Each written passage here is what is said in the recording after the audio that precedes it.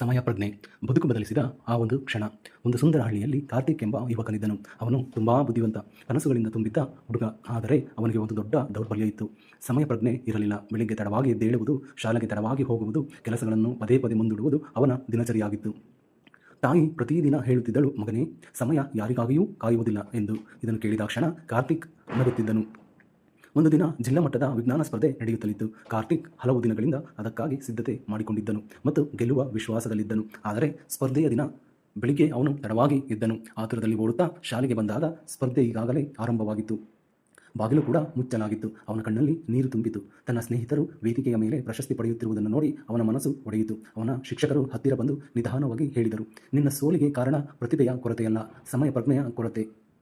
ಆ ದಿನ ಕಾರ್ತಿಕ್ ಜೀವನದ ಬಹುದೊಡ್ಡ ಪಾಠವನ್ನು ಕಲಿತನು. ಮುಂದಿನ ದಿನದಿಂದ ಅವನು ಸಂಪೂರ್ಣವಾಗಿ ಬದಲಾಗಿದ್ದನು. ಬೆಳಿಗ್ಗೆ ಬೇಗ ಎದ್ದು ಓದುವುದು, ಸಮಯಕ್ಕೆ ಸರಿಯಾಗಿ ಕೆಲಸ ಮುಗಿಸುವುದು, ಪ್ರತಿಯೊಂದು ಕ್ಷಣವನ್ನು ಮೌಲ್ಯಯುತವಾಗಿ ಬಳಸುವುದು ಅವನ ಅಭ್ಯಾಸವಾಯಿತು. ಕೆಲವು ತಿಂಗಳ ನಂತರ ರಾಜ್ಯ ಮಟ್ಟದ ಸ್ಪರ್ಧೆ ನಡೆಯಿತು. ಈ ಬಾರಿ ಕಾರ್ತಿಕ್ ಎಲ್ಲರಿಗಿಂತ ಮೊದಲು ಬಂದು ಸಿದ್ಧನಾಗಿದ್ದನು. ಸ್ಪರ್ಧೆಯ ಫಲಿತಾಂಶ ಬಂದಾಗ ಮೊದಲ ಸ್ಥಾನ. ಕಾರ್ತಿಕ್ ಈ ಸಾಧನೆ ಕೇಳಿ ಇಡೀ ಹಳ್ಳಿ ಸಂತೋಷದಿಂದ ಚಪ್ಪಾಳೆಯನ್ನು ತಟ್ಟಿತು. ವರ್ಷಗಳ ನಂತರ ಕಾರ್ತಿಕ್ ಒಬ್ಬ ದೊಡ್ಡ ವಿಜ್ಞಾನಿಯಾಗಿದ್ದನು. ಒಂದು ಶಾಲೆಯ ಕಾರ್ಯಕ್ರಮದಲ್ಲಿ ಮಕ್ಕಳನ್ನು ಉದ್ದೇಶಿಸಿ ಮಾತನಾಡುತ್ತಾ ಅವನು ಹೀಗೆ ಹೇಳಿದನು, ನನ್ನ ಬದುಕು ಬದಲಿಸಿದ್ದು ಪ್ರತಿಭೆಯಲ್ಲ, ಸಮಯದ ಮೌಲ್ಯವನ್ನು ಅರಿತ ಆ ಒಂದು ಕ್ಷಣ. ಮಕ್ಕಳು ಇದರಿಂದ ಪ್ರೇರಿತರಾಗಿ ಅವನ ಮಾತುಗಳಿಂದ ಚಪ್ಪಾಳೆಯನ್ನು ತಟ್ಟಿ ಸ್ವಾಗತಿಸಿದರು.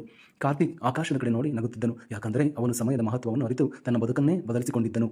ಇದರ ನೀತಿಗಳು: ಸಮಯ ಪ್ರಜ್ಞೆಯು ಜೀವನವನ್ನು ಯಶಸ್ಸಿನ ದಾರಿಗೆ ಕರೆದೊಯ್ಯುವ ಬೆಳಕು. ಹಣ ಕಳೆದುಕೊಂಡರೆ ಮರಳಿ ಸಂಪಾದಿಸಬಹುದು, ಆದರೆ ಸಮಯ ಕಳೆದುಕೊಂಡರೆ ಬದುಕಿನ ಅವಕಾಶ ಮರಳಿ ಸಿಗುವುದಿಲ್ಲ. ಧನ್ಯವಾದಗಳು.